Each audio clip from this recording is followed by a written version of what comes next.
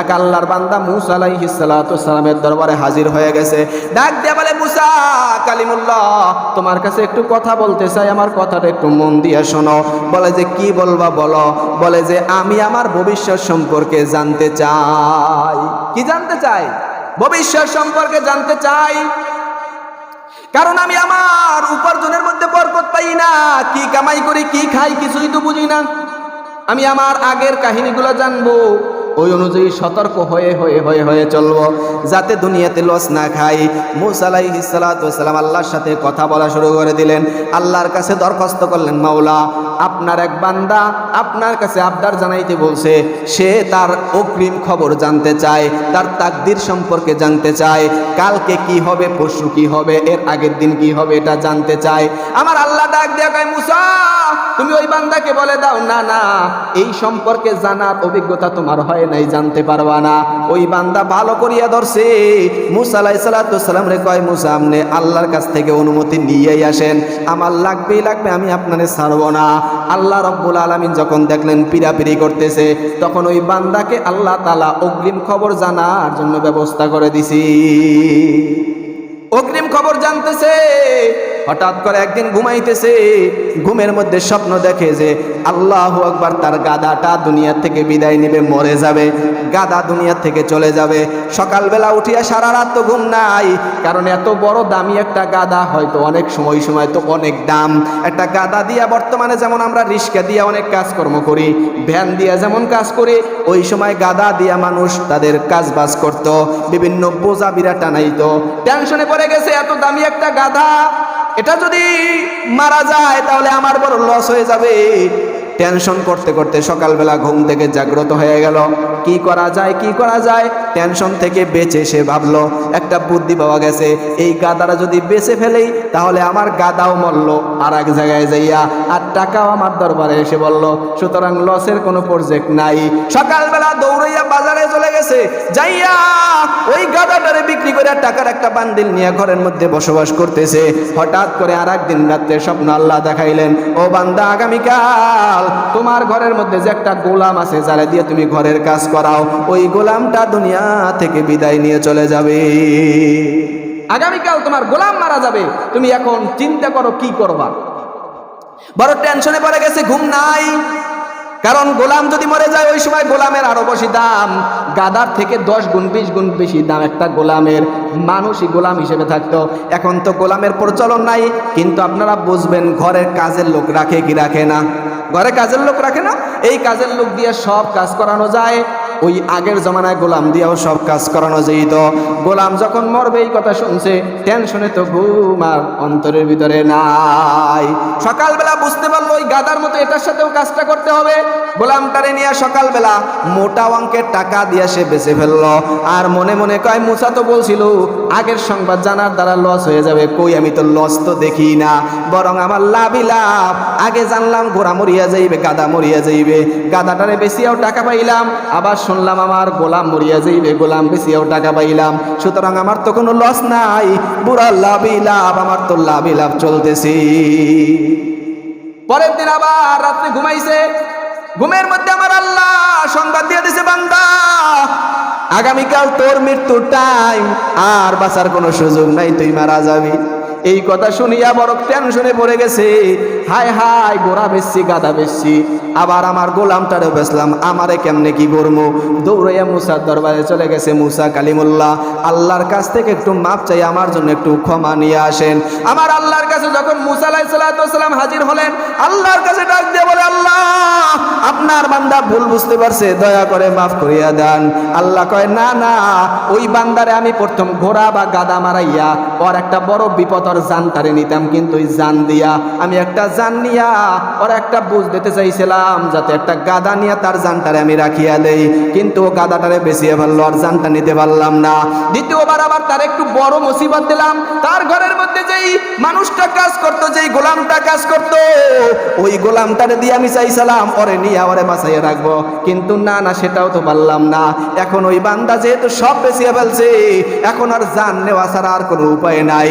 ফেরেশতারে আমি বলিয়া দিছি, ওর জন্য আর কোনো উপায় নাই, ওর মরতেই হবে, মরতেই হবে।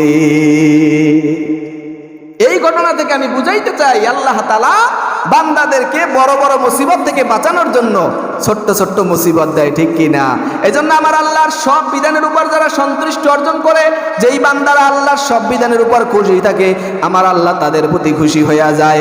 যেই বান্দাদের উপর আল্লাহ খুশি হয়, অবশ্যই তাদেরকে পরীক্ষার জন্য আমার আল্লাহ পরীক্ষা দিবেন। কেননা দেখেন, নবীরা পর্যন্ত পরীক্ষার সম্মুখীন হয়েছে কি হয়েছে না? ইব্রাহিম আলাইহিস সালাতু ওয়াস সালাম কত বড় পরীক্ষার সম্মুখীন হয়েছেন। হযরতে আইয়ুব আলাইহিস সালাতু ওয়াস সালাম কত বড় পরীক্ষার সম্মুখীন হয়েছেন। হযরতে দাউদ আলাইহিস সালাতু ওয়াস সালাম কত বড় পরীক্ষার সম্মুখীন হয়েছেন। সাহাবায়ে কেরামদের জিন্দেগি দেখেন। আমাদের নবী মুহাম্মদুর রাসূলুল্লাহ সাল্লাল্লাহু আলাইহি সাল্লামের সাহাবী হযরতে বেলাল হাবশীর জীবনী পড়েন, কত কষ্ট। হযরতে আবু বকর সিদ্দিক রাদিয়াল্লাহু তাআলা আনহুর জিন্দেগি পড়েন, দেখেন তারা ইসলামের জন্য, দ্বীনের জন্য কত কষ্ট করেছেন। এই কষ্টের বরকতে আমার আল্লাহ তাদের প্রতি এমন খুশি হয়েছে, আল্লাহ তাআলা তাদের 10 জনকে দুনিয়াতে জান্নাতের সার্টিফিকেট দিয়ে দিয়েছে। কোন সুবহানাল্লাহ। 10 জনকে আল্লাহ তাআলা জান্নাতের সার্টিফিকেট দুনিয়াতে দিয়ে দিয়েছে, বলছে যে তোমাদের জন্য জান্নাত আমি আল্লাহ ওয়াজিব করে দিয়েছি। কোন সুবহানাল্লাহ। এর মধ্যে 4 জনের নাম পৃথিবীর মাঝে এমন কোন মুসলমান নাই যে জানে না। 1 নম্বরে হলো আবু বকর সিদ্দিক, 2 নম্বরে হলো ওমরে ফারুক, 3 নম্বরে ওসমান গনি, 4 নম্বরে হযরতে আলী রাদিয়াল্লাহু তাআলা আনহু। এই 4 জন সাহাবী হলো জান্নাতের সুসংবাদ প্রাপ্ত, জান্নাতের টিকিট প্রাপ্ত। এই আল্লাহর বান্দারা জান্নাতের টিকিট পাওয়ার পরেও কান্না থামায় না। ওমরে ফারুক রাদিয়াল্লাহু তাআলা আনহুর জীবনীতে দেখলাম, মদিনার নবীর এই সাহাবী শেষ জামানায় কাঁদতে কাঁদতে চোখের মধ্যে দাগ পড়ে গেছে।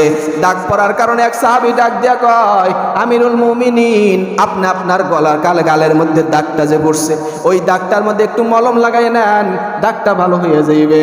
ওমরে ফারুক ডাক দিয়া বলে, ভাই আমি আমার মাওলার দরবারে দেখাইব, মাওলা জাহান্নামের ভয়ে আমি বড় কান্না করেছি। জান্নাতের টিকিট পাওয়ার পরেও কেন কান্না করেন জিজ্ঞেস করলো সাহাবায়ে কেরাম। বলে যে যেই আল্লাহ আমাকে জান্নাতের সার্টিফিকেট দিয়েছেন, ওই মাওলা চাইলে আমার সার্টিফিকেট আবার নিয়ে যাইতেও পারে। এই ভয়ে আমি থাকি, আমার মাওলা যদি চায় আমার আবার সার্টিফিকেটটা নিয়ে যায়, আমি ওমরের কি হালত হবে? আমি ওমরের জাহান্নাম ছাড়ার কোনো উপায় হবে না। এই জন্য দুনিয়ার মুসলমান আল্লাহর গোলাম, আমার মাওলা কয়, ও বান্দারা, যারা নিজেদের নফসের উপর জুলুম করেছো, আমি আল্লাহর কাছে ক্ষমা চাও। যারা আমি আল্লাহর সাথে জুলুম করেছো, যারা আমি আল্লাহর উপর জুলুম করেছো, আমি আল্লাহর সাথে নাফরমানি করেছো, যারা আমি আল্লাহর হুকুম মানো নাই, আমি আল্লাহর কাছে ক্ষমা চাও, আমি আল্লাহ তোমাদের ক্ষমা করে দিব। আমার আল্লাহ বান্দাদেরকে ক্ষমা করার জন্য শুধু উসিলা তালাশ করে কেমনে বান্দাকে মাফ করা যায়, কিন্তু আমরা নাফরমান, আল্লাহর কাছে মাফ চাইতে আমরা পারি না। আল্লাহ তাআলা বলেন, এ দুনিয়ার মানুষ, তোমরা যারা গুনাহ করেছো, লা তাকনাতু মির রাহমাতিল্লাহ, তোমরা আমি আল্লাহর রহমত থেকে নিরাশ হইও না। মানে দুনিয়ার মানুষের কাছে 1 বার 2 বার 3 বার গেলে নিরাশ হয়ে যায়, কিন্তু আল্লাহ বলেন, বান্দা একবার গুনাহ করছো, আবার আমার কাছে আয়, আবার গুনাহ করছো, আমার কাছে আয়, ভালো করিয়া তওবা কর, আমি আল্লাহ তোর তওবা কবুল করে তোকে মাফ করে দিব। তওবা বলা হয় এমন ভাবে তওবা, যেই তওবার মাধ্যমে বান্দা যেই গুনাহ করতো ওই গুনাহ ধারে আর ফিরে যাবে না। কিন্তু যদি তওবা হয় এমন তওবা যে গুনাহ করে আবার তওবা করে, গুনাহ করে আবার তওবা করে, ওই তওবা আল্লাহ কবুল করবেন না। দিল্লির মধ্যে একবার বৃষ্টি হয় না, আমাদের দেশেও তো এখন বৃষ্টি নাই, বৃষ্টির খুব প্রয়োজন, কিন্তু বৃষ্টি নাই। এটা তো কয়েকদিন চলতেছে, কিন্তু দিল্লির মধ্যে অনেক দিন যাবত বৃষ্টি হয় না। বৃষ্টি না হওয়ার কারণে সব ফসলগুলো মরে একদম শেষ হয়ে গেছে, ধানগুলো আর গজাইতেছে না, তালের চিটা হয়ে গেছে, ধানের ভিতরে দানা হয় না, চাউল হয় না, সব ধানগুলো পুড়িয়া পুড়িয়া ছাই হয়ে যাইতেছে। সব মানুষগুলো বড় টেনশনে পড়ে গেছে, ওলামায়ে কেরামের দরবারে হাজির হয়ে গেছে। হুজুর মেহেরবানি করে একটু আল্লাহর কাছে দোয়া করেন যাতে আল্লাহ দুনিয়ার মধ্যে বৃষ্টি দেয়। সব মানুষ মিলে, ওলামায়ে কেরাম মিলে সালাতুল ইস্তিসকা, বৃষ্টির জন্য একটা নামাজ আছে। যখন বৃষ্টি হবে না, সব এলাকার মানুষ মহিলা পুরুষদেরকে নিয়া, গরু ছাগল সব নিয়ে একটা মাঠের মধ্যে দাঁড়াইয়া মাওলার দরবারে কান্নাকাটি করে দোয়া করলে, আমার মাওলা দোয়া কবুল করলে বৃষ্টি অবশ্যই দিবে। এই সালাতুল ইস্তিসকা পড়ার জন্য সব মানুষ একত্রিত হইয়া চলতে লাগলেন। দোয়া শেষ হয়ে গেছে, কান্না রোনাজারি শেষ হয়ে গেছে, কিন্তু বৃষ্টির কোনো খবর নাই। টেনশনে পড়ে গেছে, হায় হায় আমাদের দোয়া মনে হয় কবুল হয় নাই। আবার ওই বান্দারা চলে গেল, দ্বিতীয় দিন আবার ফিরে আসছে ময়দানের মধ্যে, দোয়া করতেছে, দোয়ার বরকতে কোনো ধরনের বৃষ্টি বন্যা কিছুই হয় না। সবাই টেনশনে পড়ে গেছে, হায় হায় আমাদের দোয়া মনে হয় কবুল হইল না। ওই এলাকার মধ্যে একটা পতিতালয় ছিল, যেখানে মহিলারা নিজেদের দেহ ব্যবসা করত, দেহকে মানুষের কাছে টাকার বিনিময়ে বিলিয়ে দিত।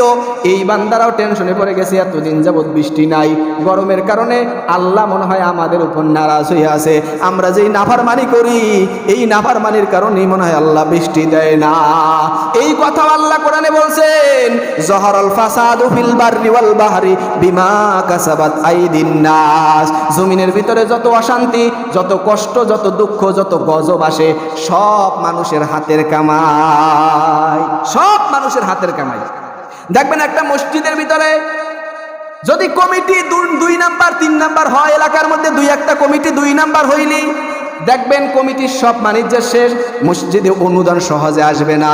কারণ অনুদান দিতে গেলেই বলবে যে উমুক জায়গার কমিটিটা খারাপ, উমুকে টাকা মাই রাখায়, উমুকে টাকা দিয়ে আর দেয় না, একজনের কারণে সব ধ্বংস হয়ে গেল।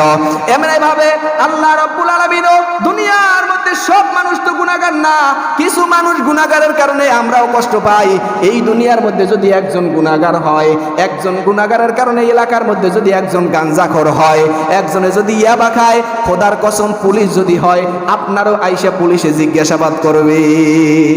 আপনিও রাইতে এমনি বাইর হইছেন চোট লড়াইতে, কিন্তু পুলিশে আপনার রাইতে দেখছে রাস্তায়, আপনারও ধরে অ্যারেস্ট করে কেন থানায় নিয়ে যায়, বলে যে আপনারা জিজ্ঞাসাবাদ করার জন্য থানায় নিতে হবে। শুনছে এখানে ইয়াবার ব্যবসা চলে, অথচ আপনার কোনো দোষ নাই। কেন নিল আপনাকে? কারণ আপনার এলাকার মধ্যে অবশ্যই কেউ ইয়াবা বেচে, এই সংবাদ অবশ্যই পাইছে। আমার মাওলা কয়, বান্দা তোরা যদিও সবাই গুনাহগার না, কিন্তু কিছু গুনাহগারের কারণে সবারই কিন্তু শাস্তি ভোগ করতে হবে। এই জন্য আল্লাহর কাছে যদি বান্দা তওবা করো, অবশ্যই আল্লাহ তওবা কবুল করে নিবে। আল্লাহর কাছে তওবা করার জন্য ওই মহিলারা এলাকার আলেমদেরকে ডাকলেন, বলে যে আমরা যেই দেহ ব্যবসা করি, পতিতালয়ে থাকি, এটা বাদ দিয়ে দিলাম, আমাদের জন্য পর্দার একটা ব্যবস্থা করেন। পর্দার ব্যবস্থা করা হলো, সবাই উজু গোসল করে আল্লাহর কাছে রোনাজারি শুরু করে দিছে। মাওলার কাছে এমন কান্না শুরু করছে, আমার মাওলা কান্না কবুল করিয়া সাথে সাথে তাদের তওবা কবুল করে নিছে। কোন সুবহানাল্লাহ।